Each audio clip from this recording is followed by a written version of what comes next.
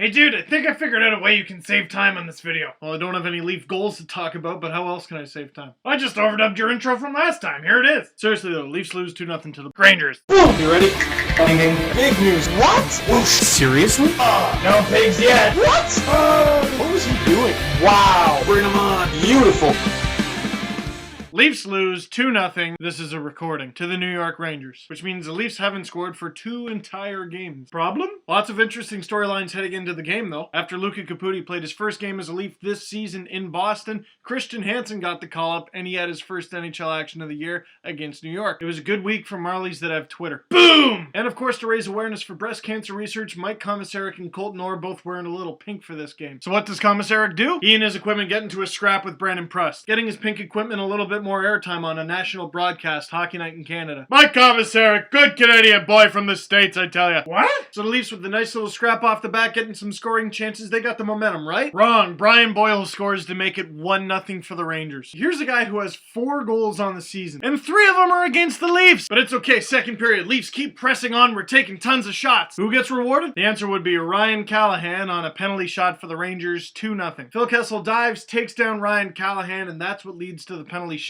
What sucks for the Leafs is after Callahan got hauled down, Dubinsky got the puck, does a nice little backhand move on Jaguar, but Jaguar robbed him. Nice save, JS. By the way, a penalty shot. Oh, for crying out loud! Third period, last chance to tie it up. The Leafs throw everything they have at the Rangers, and they do a little bit of line juggling. They put Phil Kessel and Tyler Bozak on a line with the kitchen sink, because it wasn't just Lundqvist who had an amazing game, it was the Rangers defense too. Leafs had 36 shots on net, Lundqvist turned all of them aside, but they also had about 36 blocked shots. Leafs can't score, time runs out, and they lose their second consecutive game, 2-0. Blarg. And here's the craziest part about the Leafs' lack of offense. Last year, the Leafs were scoring. They weren't scoring machines, but they were scoring. But if a slight breeze took a beach ball past their blue line, you knew that beach ball was going in the net. But get this season, they already had one of the best defenses in the NHL, and even though they got shut out 2-0 of both of the last 2 games, their rank has improved. The Leafs have the 6th best goals against per game in the entire NHL, just 2.3 goals against per game. And no complaints about Gustafsson or Jaguar, they've been playing fine too. The Leafs' main problem is their goals for is also 2.3 per game, good for 2nd worst in the league, and that's yucky. Which brings me to Kris Versteeg. He comes to the Leafs with this aura, this rising young gun in the NHL. He has a Stanley Cup ring the size of his fist. He did a rap after winning the cup in front of 2 million people. He's got all the swagger in the world. Not being able to put it together offensively with the Leafs this season, this is what his post-game interviews look like. I just want the puck to go in, dude. Imagine if that high stick goal against the Islanders actually counted, just maybe how different his season would be so far. Kris Versteeg is just lacking that thing that makes him Kris Versteeg, you know? Because it's not for lack of effort, for lack of trying, lack of shots. He's getting his chances. So how does Versteeg get his Versteeg back? I don't know, but it's a key part to the Leafs actually scoring. Which brings me to my final point, Nazem Kadri. People saying, well, he's got all these offensive gifts. He's got 8 points in 8 games for the Marlies. Why not give Nazem Kadri a call-up? And folks, I know what you're thinking. I'm not here to tell you you're wrong. I'm not here to tell you you're right.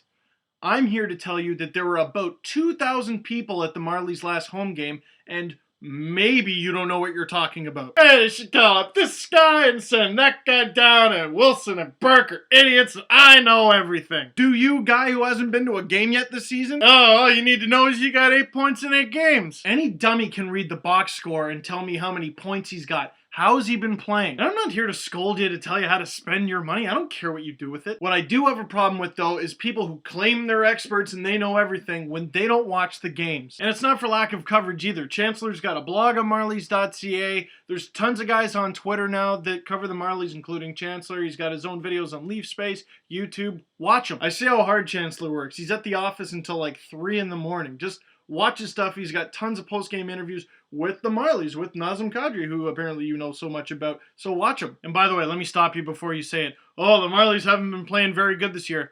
Don't give me that stuff. I went and saw them when they made it all the way to the conference finals and you still weren't there. That's the end of my rant. Question of the game, how do you fix the Leafs offense? Does the problem fix itself? Maybe some line shuffling? You call a guy up, you make a trade? What do you do? Because if you ask me, I think maybe you shuffle the deck a bit, and if that doesn't work, then you look at other options. Also, check out my blog on leafspace.com, and maybe it explains why I'm kind of aggravated in this video. Check it out. 5 non-picks you made in your pool. So guys that you passed over in your fantasy pool that you're just kicking yourself for now. The 5 guys I picked are read the blog. You can look for that in the underbar. Also, check out the link for my Movember team and how you can donate to a very worthy cause. We've already raised $340 for prostate cancer research. Way to go, guys. Add me to leafspace.com, Facebook, and Twitter, and I'll see you next time when hopefully the Leafs don't get shut out.